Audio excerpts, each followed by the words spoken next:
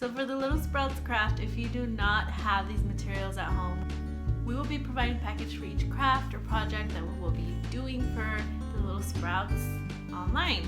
And if you want to donate as well, you are free to do that. We're happy to be providing this kind of service still out there for all of you guys to enjoy, as well as your children. So without further ado, let's get started. And the story we're going to be reading today is called My Garden by Kevin Hanks. The girl in this book grows chocolate rabbits, tomatoes as big as beach balls, flowers that change color, and seashells in her garden. How does your garden grow?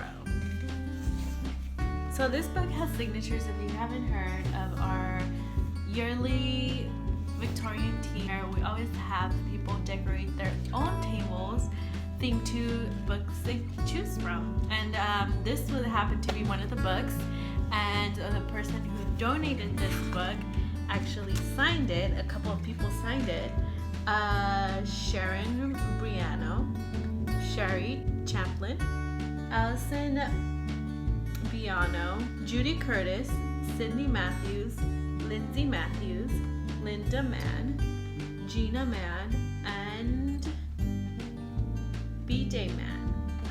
Sorry if I butchered your names.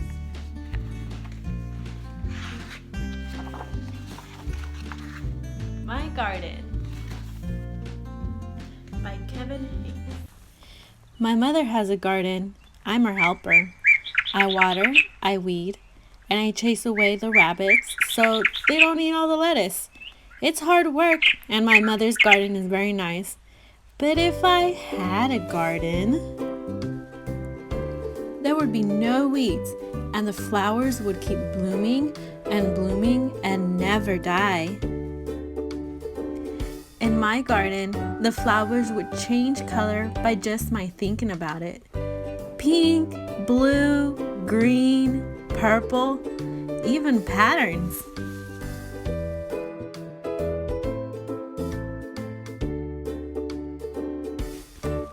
And if you picked a flower, another one would grow right back in its place.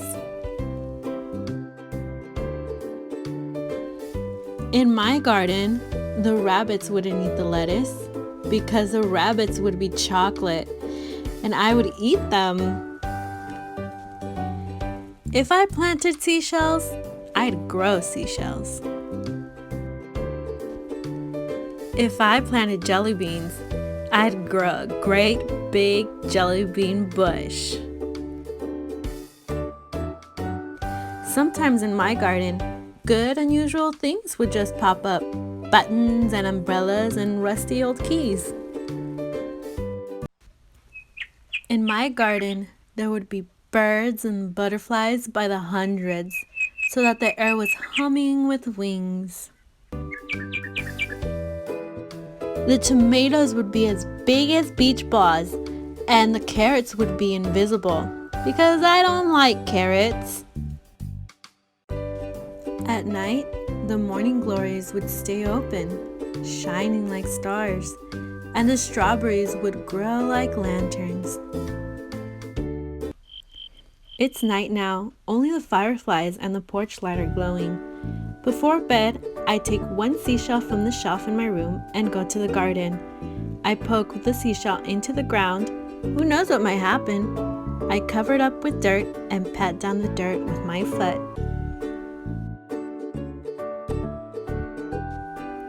"What are you doing?" asks my mother. Nothing," I say. "Just working on the garden." Alright, so now let's get started with our craft. And we are using some things that you can probably find around the house. But like I said, if you don't have any, we will be happy to provide them. So now we'll be using markers, clothespins, eyeballs or googly eyes, pom-poms, any shape will do, glitter any form, glue dots, and water, and coffee filters. Let's get started with a cute little caterpillar now. So for this craft, you're going to need your clothespin, glue dots, pom-pom, a big one, small pom-poms, and your little googly eyes.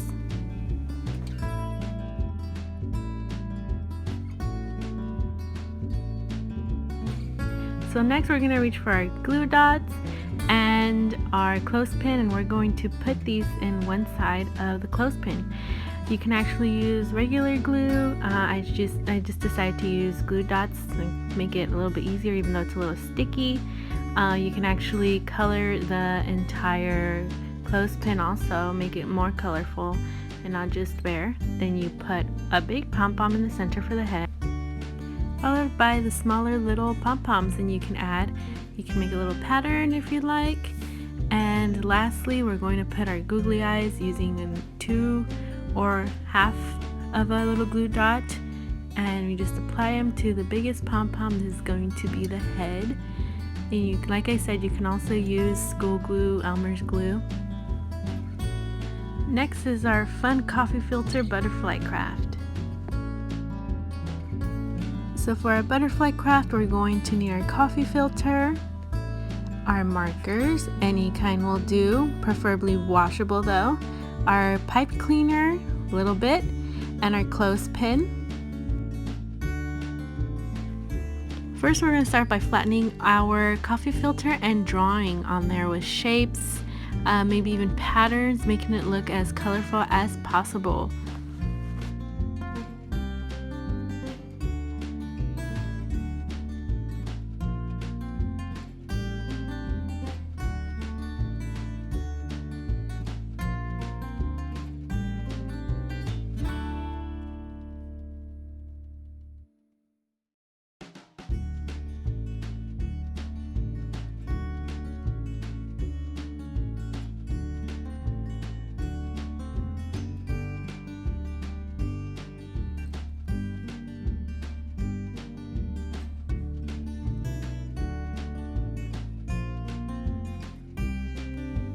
So as you can see, now that I'm done, I'm going to fold my coffee filter and get it ready for my next step.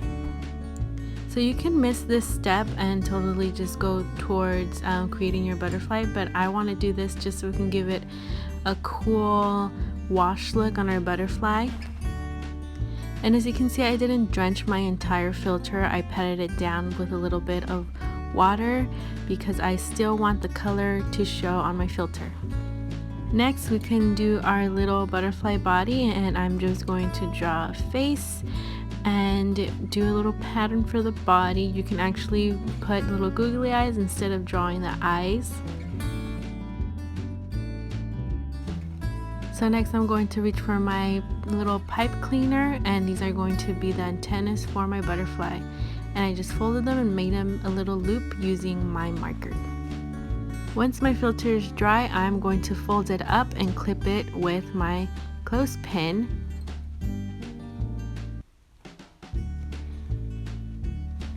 Lastly, we're going to attach our antenna ears, and we're going to do that by adding it to the end clip of our little butterfly body, and there it is.